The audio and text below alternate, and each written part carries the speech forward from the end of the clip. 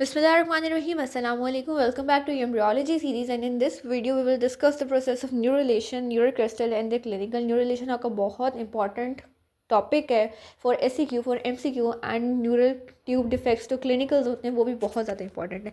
सो neurulation क्या होता है? Neurulation is the process of the formation of the neural tube. कैसे होता है सबसे पहले हम दूसरी वीडियो देखते हैं, देन हम स्लाइड्स को रिव्यू करेंगे. ओके तो लास्ट हमने जब गेस्ट्रुलेशन का प्रोसेस देखा था तो हमने देखा था उसमें कि एक एपिब्लास्ट की लेयर्स होती है जो टॉल कॉलमनर सेल्स होते हैं, और उसके नीचे एक छोटी और सेल्स की लेयर होती है जिनको हाइपोब्लास्ट कहते हैं.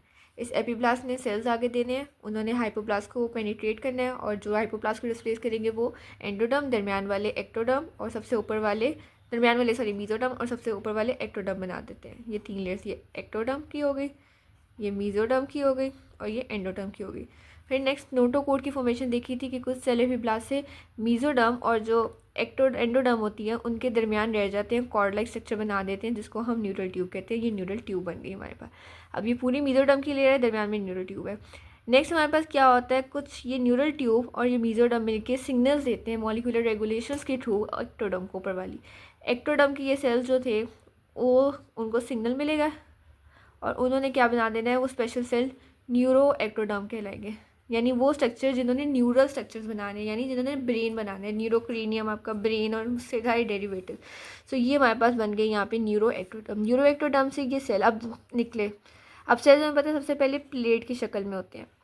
वो प्लेट क्या करेगी, लेंथन होती रहेगी और बना देगी. ये प्लेट है, लाइक ये सेल्स है, ठीक है, ये प्लेट है, सिंपल स्ट्रेट लाइन है, और इन्होंने बना देनी है न्यूरल प्लेट बना देनी है. ये न्यूरल प्लेट बन गई. अब प्लेट, नॉर्मल प्लेट का स्ट्रक्चर कैसे होता है, आप कोई भी अपने घरों में प्लेट देखते हैं तो वो दरमियान से डिप्रेस सी होती है और ऊपर से थोड़ी साइड से होती है ताकि दरमियान वाले रीजन के अंदर ऑफ कोर्स फूड डाल सके. सो इसी तरह ये प्लेट बनती है, दरमियान में डिप्रेस का रीजन होता है जिसको न्यूरल ग्रूव का नाम देते हैं. पहले न्यूरल प्लेट बनी, दरमियान का डिप्रेस रीजन न्यूरल ग्रूव, फिर आगे इसने फोल्डिंग करना शुरू करना है. आगे अब क्या करेंगे, जैसे जैसे फर्दर डेज गुजरेंगे इन दोनों एंड से ना फोल्ड होना शुरू करना, अप्रोच करना शुरू करेंगे. पहले ये ऐसे थी, फिर ये, और ये एंड्स करीब आते जा रहे हैं नेक्स्ट स्टेप में, और करीब आते गए आते करते करते इन्होंने फ्यूज़ कर देना है. अब ये थी, हम एक साइड से देख रहे हैं. अब वैसे देखें तो ये पूरा अगर पेपर है, आप समझ लें कि हम पेपर को फोल्ड कर रहे हैं. ये पेपर है, पेपर को आप ऐसे करके फोल्ड कर रहे हैं, और यहाँ से जो दूसरा ये पूरा पेपर है, ये दोनों पेपर एक दूसरे की तरफ अप्रोच कर रहे हैं, ऐसे ऐसे आके मिल रहे हैं. तो क्या होगा, ये पूरा पेपर जब फोल्ड हो जाएगा तो इस तरह हमारे पास एक ट्यूब सी बन जाएगी. ऊपर की तरफ ओपनिंग होगी, जब आके इससे मिलेगा तो ऊपर ओपन हो जाएगा, और एक नीचे की तरफ ओपनिंग होगी. इसको हम इंटीरियर न्यूरोपोर कहते हैं, और इसको पोस्टीरियर न्यूरोपोर है जिसके थ्रू ये बाकी की एमनियोटिक कैविटी से कनेक्ट करेगी, कम्युनिकेट करेगी. आगे हम स्लाइड्स में देखते हैं कि ये कब क्लोज होते हैं और कैसे कैसे दोबारा इनके फ्लोज सारे डिस्कस करते हैं. Process of the formation of neural tube from the neural plate. पहले न्यूरल प्लेट बनेंगे, फिर उससे न्यूरल ट्यूब बन जाएगा. नोटोकोड उसके साथ प्रीकॉर्डियल मीजोडर्म होती है, वो सारे सिग्नल देंगे ऊपर वाली एक्टोडर्म की लेयर को, और उन्होंने आके जाके थिकन होकर न्यूरल प्लेट बना दे दी है. Cells of the plate make up the neuroectoderm. जो सेल्स इन्होंने न्यूरल ट्यूब बनाना होता है वो प्लेट के सेल्स को क्या कहते हैं, न्यूरो एक्टोडर्म का नाम देते हैं. वही एक्टोडर्म से निकलते हैं.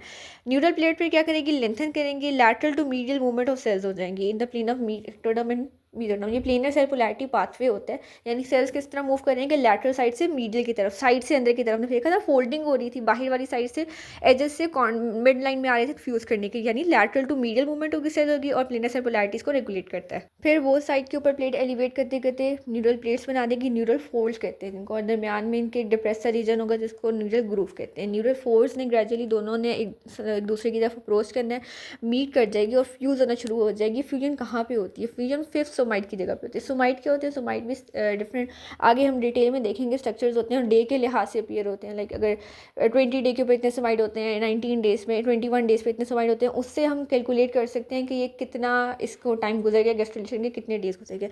तो जब 5 सोमाइट होंगे तो जिस जगह पर फिफ्थ सोमाइट प्रेजेंट होगा, उस फिफ्थ सोमाइट के स्टेज के ऊपर वहाँ पे उस जगह के ऊपर न्यूरल ट्यूब ने क्या करना है, फ्यूज़ करना शुरू कर देना है, और फिर वहाँ से क्रेनियली ऊपर की तरफ, कॉर्डियली नीचे की तरफ, हर साइड पे क्या करेगी, फ्यूज़ करना शुरू कर देगी और न्यूरल ट्यूब बना देगी. दो कम्युनिकेशन इंटीरियर न्यूरोपोर है जिसको थ्रू ये और पोस्टीरियर न्यूरोपोर होते हैं, दोनों के थ्रू इसने सराउंडिंग कैविटी, एमनियोटिक कैविटी से का कम्युनिकेट करना होता है, लेकिन ये बाद में क्लोज हो जाते हैं. इंटीरियर न्यूरोपोर जो होता है वो 25 डे के ऊपर क्लोज होता है, और उस वक्त 25 डे के ऊपर 18 सोमाइट की स्टेज होती है हमारे पास. और जो कॉर्डल न्यूरोपोर होता है उसने 28 डे के ऊपर क्लोज होना है और 28 डे पैरेलल होता है, यानी उस वक्त हमारे पास 25 सोमाइट बन चुके होते हैं। 5th सोमाइट की स्टेज से, जहाँ पे 5th सोमाइट था वहाँ से फ्यूजन स्टार्ट हुई, 18 के ऊपर इंटीरियर वाला क्लोज हो गया और 25 के ऊपर पोस्टीरियर वाला। फिर 2 पार्ट बनेंगे, एक जो कॉर्डल पार्ट होगा वो स्पाइनल कॉर्ड बनाएगा, क्रेनियल पार्ट जो होगा वो ब्रेन वेसिकल्स बना देगा। इस डायग्राम के अंदर देखें तो ये वही पहले हमारे पास 18 डे की डायग्राम में प्रिमिटिव स्ट्रीक बनी हुई है, इस वक्त कोई न्यूरोलेशन का प्रोसेस स्टार्ट नहीं हुआ। देन 19 डे के ऊपर साइड में जो आपको स्किन कलर का नज़र आ रहा है वो हमारे पास न्यूरल फोर्स से बन रहा है, न्यूरल ट्यूब लेंथन कर रही है, न्यूरल प्लेट सॉरी लेंथन कर रही है, न्यूरो फोर्स से बना रहा है और दरमियान में एक डिप्रेशन सा बन जा रहा है ब्लू एरिया में। 20 डे की डायग्राम में देखें तो ये डिप्रेशन काफ़ी विजिबल हो गया जिसने न्यूरल ग्रूव बना दिया और इर्द गिर्द क्या है इसके सोमाइट्स प्रेजेंट है जिन्होंने आगे जाके और स्ट्रक्चर्स बनाने होते हैं। और सोमाइट्स को ना हम सिर्फ एज अ रेफरेंस लेते हैं न्यूरल रिलेशन के प्रोसेस में कि सोमाइट्स के रेफरेंस से बताता है कहाँ कहाँ ट्यूब बनेगी और उनके किस लेवल के ऊपर आके क्लोज हो जाएगी। अब डे 22 आ गया, डे 22 के ऊपर आके उसने फ्यूज़ करना स्टार्ट कर दिया। कहाँ पे फ्यूज़ कर लिया? 5 सोमाइट। ऊपर से अगर आप ये देखें ना जो बॉक्सेस से साइड से बने हुए हैं ये सोमाइट्स हैं। काउंट करते आए तो 1 2 3 4 5th सोमाइट के लेवल के ऊपर आगे पहली फ्यूजन हुई है और उसके फिर नीचे नीचे फ्यूज़ करते रहे हैं। ये न्यूरल फोर्स से एलिवेट हुए, दरम्यान में न्यूरल ग्रूव बना, न्यूरल फोर्स ने अप्रोच किया एक दूसरे को और फ्यूज़ करके न्यूरल ट्यूब बना दी। और 23 डे के ऊपर पूरा सारी सिर्फ इंटीरियर न्यूरोपोर है ऊपर की साइड पर जो कम्युनिकेट ओपनिंग है और एक पोस्टीरियर न्यूरोपोर है जो नीचे की साइड की ओपनिंग है, दरमियान में सारी की सारी बंद हो चुकी है, फ्यूज़ हो चुकी है और लेटर इंटीरियर और पोस्टीरियर न्यूरोपोर भी क्लोज हो जाएगी। अब जब न्यूरल फोर्स एलिवेट होकर फ्यूज़ हो रहे होते हैं ना उस दौरान वहाँ पे ये न्यूरो एक्टोडर्म के सेल्स थे ना जो सारा कर रहे थे, कुछ सेल्स क्या करते हैं वो यहाँ से टूट के अलग हो जाते हैं, इनसे अलग हो जाते हैं, ब्रेकअप कर लेते हैं। वो सेल्स आगे जाके क्या करते हैं न्यूरल क्रेस्ट सेल्स उन सेल्स को कहते हैं, उन्होंने डिफरेंट स्ट्रक्चर्स बनाने होते हैं। यानी वो सेल ड्यूरिंग न्यूरोलेशन जो एस्केप कर जाए स्ट्रेट सेल वाला सेल्स होते हैं जो अलहदा में उन्होंने जाके न्यूरल क्रेस्ट सेल बना दिए। अब इनके सबसे पहले एपिथेलियल कैरेक्टरिस्टिक्स होते हैं, यानी वो सेल्स होते हैं ये जिन्होंने एपिथेलियल बनाते हैं। इनकी फिर ट्रांजिशन होती है, चेंज होता है, एपिथेलियल टू मीजेनकाइमल ट्रांजिशन होती है। पहले एपिथेलियल कैरेक्टरिस्टिक्स है फिर मीजेनकाइमल कैरेक्टरिस्टिक्स होते हैं। मीजेनकाइमल कैरेक्टरिस्टिक्स का मतलब वो कोई रैंडम ले लें कंसीडर कर लें प्रिमिटिव है और स्टेम सेल्स ने इन्होंने आगे जाके डिफरेंट स्ट्रक्चर्स बना दिए, कोई बना सकते हैं तो अपने कैरेक्टरिस्टिक चेंज करते हैं और इसकी वजह से हम इसको 4th लेयर भी कहते हैं। पहली कौन सी लेयर थी? एक्टोडर्म, मेसोडर्म, एंडोडर्म, वो 3 लेयर ऑफ गैस्ट्रुलेशन, इसको 4th जर्म लेयर भी कहते हैं न्यूरल क्रेस्ट सेल को बिकॉज इन्होंने मेजॉरिटी ऑफ स्ट्रक्चर्स बहुत सारे डेरिवेटिव्स देने होते हैं। कुछ इसके डेरिवेटिव्स आते हैं न्यूरल ट्यूब के बंद होने के बाद, कुछ इसमें न्यूरल ट्यूब के बंद होने से पहले ही देने होते हैं। जो न्यूरल ट्यूब के बंद होने के बाद आते हैं ना वो 2 तरह से आते हैं, एक होते हैं जो डॉर्सल पाथवे ले लें, डॉर्सल साइड पे चले जाएं, दूसरे जो वेंट्रल साइड पे चले जाएं। जो डॉर्सल पाथवे लेंगे उन्होंने डर्मस जो स्किन की लेयर होती है सेकंड लेयर वो बनानी होती है और जो वेंट्रल पाथवे में चले जाएं उन्होंने बनाना है सेंसरी गेंगलिया।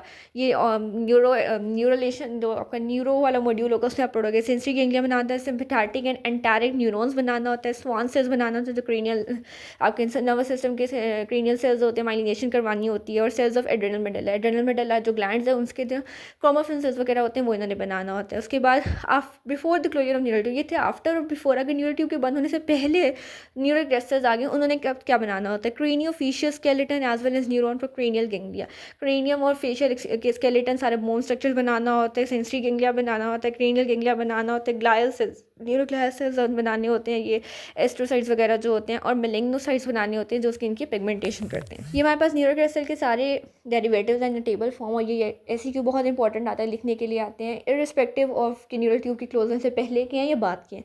सो इसको याद रखने का निमोनिक होता है 4C 4SN मैंगो, यानी 4 सबसे पहले होते हैं जो C से शुरू हो रहे हैं। इस पर देखें तो connective tissue, cranial nerve ganglia, C cells of thyroid cells and conotruncal septum of the heart। ये आपने रट्टा ही मारना है। हर एक की क्या क्या फर्दर स्ट्रक्चर बनाते हैं, कैसे बनते हैं, ये हम जब इनके रिस्पेक्टिव चेक करें। Conotruncal septum of the heart है वो हार्ट वाले चैप्टर में पढ़ोगे आप, thyroid C cells of thyroid वो थायराइड वाले चैप्टर में पढ़ोगे, तो आगे आगे ये चलती रहेगी एम्ब्रियोलॉजी।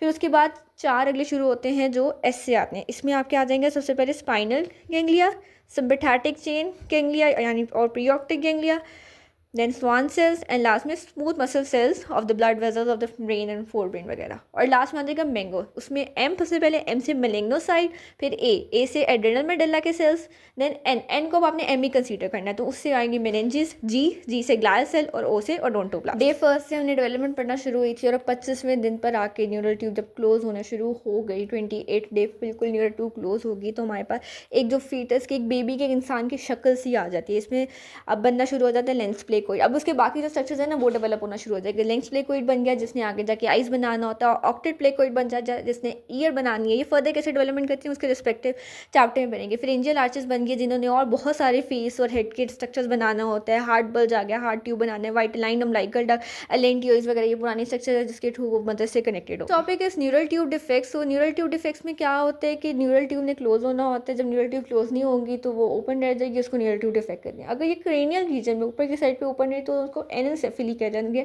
और उसके अंदर बेबी का ब्रेन डेवलप नहीं होता। उसके अलावा बाकी किसी भी साइड पे हो सकती है, मोस्टली कॉर्डल साइड पे होती है, कोस्टल साइड पे होगी तो स्पाइना बाइफिडा कहते हैं। और मोस्ट कॉमन साइड होती है इसकी लंबो सेक्रेटरी रीजन, जहाँ पे लंबो सेक्रेटरी वर्टेब्रा प्रेजेंट होती है ना, वहाँ पे क्या होता है डिफेक्ट्स ओपनिंग से प्रेजेंट होती है, उसके बाद मोस्टली हेयर का पैचेस प्रेजेंट होता है। सो इसकी अब ये होता क्यों है, टेरोजिन जो होते हैं, जो आगे चैप्टर 9 में डिटेल पढ़ोगे आप, टेरोजेंस उन्होंने ऐसे इफेक्ट्स दे दिए, किसी किस्म की म्यूटेशन वगैरह करवा दी जिसकी वजह से ये एबनॉर्मेलिटीज़ आ गई। मोस्ट इंपॉर्टेंट जो इसमें होता है फॉलिक एसिड वाइटामिन होता है। फॉलिक एसिड की एडमिनिस्ट्रेशन ये न्यूरल ट्यूब डिफेक्ट्स प्रिवेंट करती है। इसके लिए कुछ स्टैंडर्ड्स मेजर हैं कि वो वुमेन जो they are intended to pregnant उनको चाहिए कि वो 3 मंथ प्रायर टू कंसेप्शन और then throughout the pregnancy 400 picogram of folic acid ले, 400 पिकोग्राम। उसके अलावा जितनी भी women of child bearing age है ना, उनको नेचुरली भी खुद भी 400 पिकोग्राम फॉलिक एसिड रोज़ एक टैबलेट उसकी लाजमी लेनी चाहिए, ताकि थ्रू आउट जब भी उसने कंसीव करना हो तो उसको कोई प्रॉब्लम ना हो। और मोस्टली वहाँ यहाँ प्रेगनेंसी अनप्लान होती है, तो वुमेन को 400 picogram of folic acid throughout the child bearing age लाजमी लेनी चाहिए। और अगर उसकी फैमिली में हिस्ट्री है या उसका पहला बेबी न्यूरल ट्यूब डिफेक्ट का था, कुछ इस तरह किस्म के आसपास उसके प्रेजेंट है, तो उसको चाहिए कि 4000 पिकोग्राम ले, starting 1 month prior to conception before भी ट्राई टू प्रेगनेंट, और then throughout the third जो प्रेगनेंसी है उसमें 3 मंथ्स तो शुरू होंगे उसमें 4000 पिकोग्राम ले, और बाकी फिर 400 के ऊपर वापस स्विच कर दे। यानी जिसको हिस्ट्री होगी ना वो उसकी क्वांटिटी मजीद बढ़ा देगा।